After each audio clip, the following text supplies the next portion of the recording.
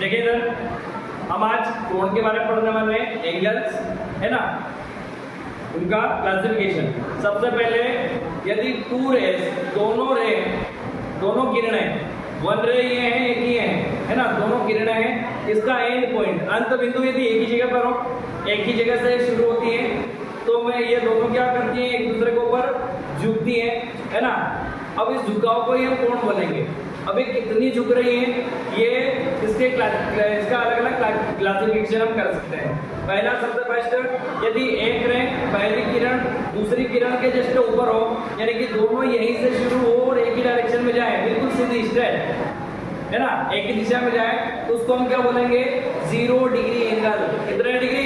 0, बिल्कुल नहीं घूमी, है ना, बिल्कुल नहीं झुक रही है। अब जैसे ही ये थोड़ी सी उड़ जाती है ऊपर, 0 से आगे बढ़ जाती है, तो कितने भी डिग्री हो, 90 डिग्री से कम होनी चाहिए। कितनी होनी चाहिए? 90 डिग्री से कम। 0 डिग्री से 90 डिग्री के बीच का एंगल एक्यूट एंगल होता है, न्यून कोण।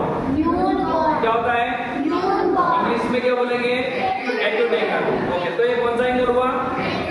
ये एक्यूट एंगल, ये एक्यूट एंगल, ये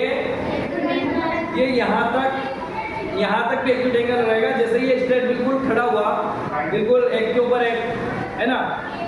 अब जैसे ही ये ऐसा 90 डिग्री का कोण बना, और 90 डिग्री के कोण को, 90 डिग्री के एंगल को हम राइट एंगल बोलते हैं। क्या बोलेंगे? Right angle. हिंदी में इसको समकोण बोला जाता है। जैसे ही ये 90 डिग्री से बड़ा हुआ, ऐसा 90 डिग्री से ज्यादा है, चाहे वो 91 हो जाए, 90 डिग्री से जैसे ज्यादा हुआ, मोर देन 90 डिग्री, क्या हो जाता है? ऑब्ट्यूज एंगल हो जाता है। कौन सा एंगल? ऑब्ट्यूज एंगल, अधिक कोण जिसको बोला जाता है। अब जैसे ये बढ़ेगा कहाँ तक?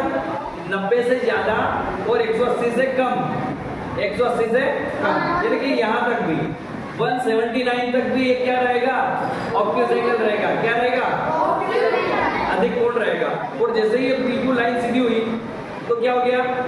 स्ट्रेट एंगल, बिल्कुल सीधी लाइन, स्ट्रेट लाइन, इसको क्या कौन सा हो जाएगा? Straight angle. ऋषि कोण बोलते हैं हिंदी। क्या बोला जाता है?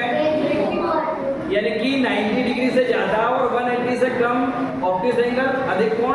और जैसे ये पूरा, देखो यहाँ पर स्ट्रेट एंगल की डेफिनेशन ये है कि दो किरणें एक ही बिंदु से स्टार्ट होती हैं और अलग अलग अपोजिट डायरेक्शन में बिल्कुल स्ट्रेट जाती हैं, 180 डिग्री का कोण बनाती हो, उसे हम स्ट्रेट एंगल बोलेंगे, ऋजु कोण बोलेंगे।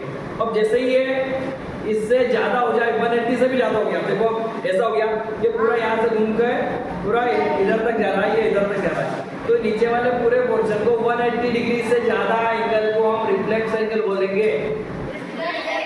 कौन सा एंगल? प्रतिवर्ती कोण। ठीक है, अब ये कहाँ तक रहेगा बेटा? ये 360 से कम होता है। कितना होता है? 360 से कम, 180 से ज्यादा और 360 से कम, पूरा रिफ्लेक्स एंगल होता है। जैसे ही हमारा 360 डिग्री एंगल कंप्लीट हो जाए, ये पूरा एक राउंड कंप्लीट, देखो यहाँ से यहाँ तक हाफ राउंड था, आधा चक्कर था, आधा चक्कर 180 डिग्री का एंगल बना रहा था, और यहाँ से यहाँ तक यदि हम वापस जाएं, तो वापस से 180 डिग्री का एंगल, यानी कि 180 और 180 360 डिग्री, कितना? तो पूरा हो गया 360 डिग्री कंप्लीट हो गया। तो इस वाले एंगल को हम कंप्लीट एंगल बोलते हैं। कंप्लीट एंगल, 360 डिग्री एंगल को क्या बोलेंगे? हिंदी में संपूर्ण कोण बोला जाता है। क्या बोला जाता है? ओके।